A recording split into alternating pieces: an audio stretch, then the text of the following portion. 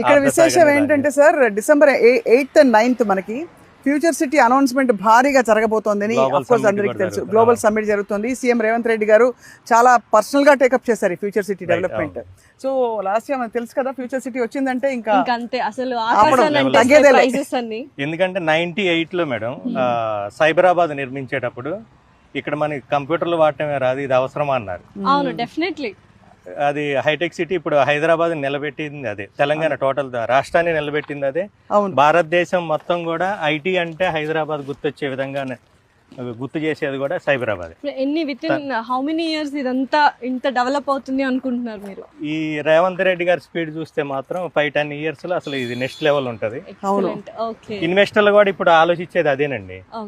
అంతకుముందు డెవలప్ అయ్యాక ఇన్వెస్ట్ చేసేవాళ్ళు, ఇప్పుడు ఎక్కడ డెవలప్మెంట్ కాబోతుందో తెలుసుకొని ఇన్వెస్ట్ చేస్తున్నారు.